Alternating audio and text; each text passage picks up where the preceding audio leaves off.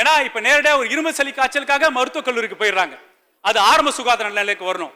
பிறகு எலும்பு முறிவு சிகிச்சையா இல்ல ஸ்ட்ரோக் கிளினிக்கா இல்ல ஒரு கேத் லேபா ஒரு டிஸ்ட்ரிக்ட் ஹாஸ்பிட்டல் முடியணும். அப்ப வெறும் அதிநவீன சிகிச்சை முறைகளுக்கு தான் மருத்துவக் கல்லூரிக்கு வரும். அப்ப அது மாதிரி மருத்துவக் கல்லூரிக்கு நோயாளிகள் தான் மருத்துவக் கல்லூரி செழிக்கும். எல்லாரும் நீங்க பாத்தீங்கன்னா மருத்துவக் கல்லூரிக்கு ஏன் வர மாட்டேங்கிறாங்க? அன்னைக்கு கூட முதன்மை செயலாளர் வந்து இந்த சுத்தமுக்காக சில டிரைவ்லாம் பண்ணாங்க. ஏன் அது ஆகுதுன்னா ஒரு மருத்துவ நோயாளிகளுக்கும் ஒரு அட்டெண்டர் தான் நீங்க அலோவ் பண்ணணும். நீங்க என்ன பண்றீங்க? ஒரு மருத்துவ நாளைக்கு 4-5 அட்டெண்டர் கொண்டு வராங்க. அவங்க 3 வேளை சாப்பாடு சாப்பிடுறாங்க. அவங்க கழிப்பறைகளை பயன்படுத்துறாங்க. அதனால சுத்தத்தை பாதுகாக்க முடியல. அப்பனா ஒரு நோயாளிக்கு ஒரு அட்டெண்டர்னா எப்படி ரயில்வே பிளாட்ஃபார்முக்கு பயனாளிகள் இல்லாம வரவங்களுக்கு பிளாட்ஃபார்ம் டிக்கெட் போடுறோமோ அதே மாதிரி ஒரு அட்டெண்டருக்கு இலவசம் கொடுத்துட்டு மற்ற அட்டெண்டருக்கு சில செலவினை பண்ணாதான் நீங்க சுத்தத்தை மெயின்டைன் பண்ண முடியும் என்ற நிலையை நான் உங்ககிட்ட விளக்க விருப்பப்படுறேன். உங்களுக்கு தெரியும் பேரவைத் தலைவர், இது ஒரே ஒரு செய்தியை மட்டும் சொல்லி முடிச்சிடுறேன். அதாவது மருத்துவத்துறையில வந்து நாங்க தான் இன்ஃப்ராஸ்ட்ரக்சர்.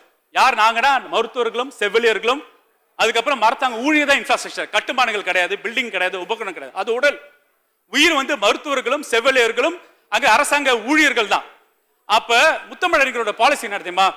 மருத்துவர்களையும் செவிலியர்கள் மகிழ்ச்சியாக வச்சுப்பார். அப்ப மகிழ்ச்சியாக வச்சு என்னன்னா அவங்க தான் அம்பாசிடர்ஸ். ஒரு அரசாங்கத்தோட திட்டங்களை அவங்க தான் போய் கொண்டு போய் சேர்க்கிறாங்க.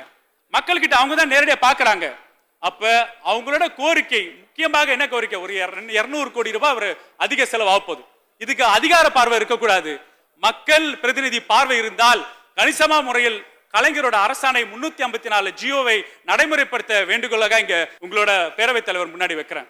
இப்ப இந்த நிர்வாக சீர்திருத்தம் ஒரு பக்கம் இருக்கட்டும். ஒரு 2 நாள் முன்னாடி நம்மளோட மக்கள் நல்வாழ்வுத்துறை ஒரு நிகழ்ச்சி ஏற்பாடு பண்ணாங்க. எங்கன்னா சென்னை எம்ஜிஆர் பல்கலைக்கழகத்துல. அப்ப எம்ஜிஆர் பல்கலைக்கழகத்தில் என்னன்னா இதே அரசாங்க மருத்துவமனையில் அரசாங்க உள்ளொதுக்கீடு பயின்ற மாணவர்கள் வந்து கணினிக்கு வழங்கும் திட்டம். அந்த கணினி வழங்கும் திட்டத்தில் வந்து புத்தகங்களை பதிவிறக்கி கொடுக்குறாங்க. 550 மாணவர்கள் வந்தாங்க.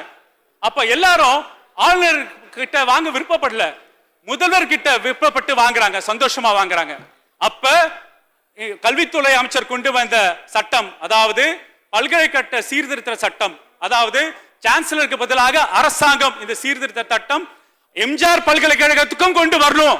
அந்த சீர்திருத்த சட்டம் சரி. அப்ப பல்கலைக்கழக சீர்திருத்த சட்டம் எம்ஜிஆர் பல்கலைக்கழகத்துக்கு கொண்டு வந்தால், அதாவது சான்சலர் அரசாங்கம் என்று மாற்றியமைத்தால், நாளைக்கு ஒரு சிண்டிகேட் ரெசல்யூஷன், நாளைக்கு ஒரு செனட் ரெசல்யூஷன், எம்ஜிஆர் பல்கலைக்கழகத்தும் சேரும் மாணவர்கள் 12ஆம் வகுப்பு அடிப்படையிலேயே மாற்றுகள் சேர்க்கப்படுவார்கள் என்ற திட்டம் வந்தால், நாம் ஜனாதிபதி ஒப்புதல் பெறாமல் நீட்டுக்கு விலக்கக்கூடிய சாத்தியக்கூறுகள் இருக்கு நான் சொல்றேன் பேரவைத் தலைவர்களே.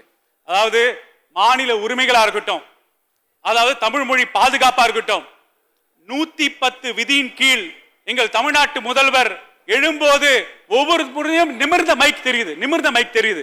எதுக்காகனா மக்கள் உரிமைகளுக்காக.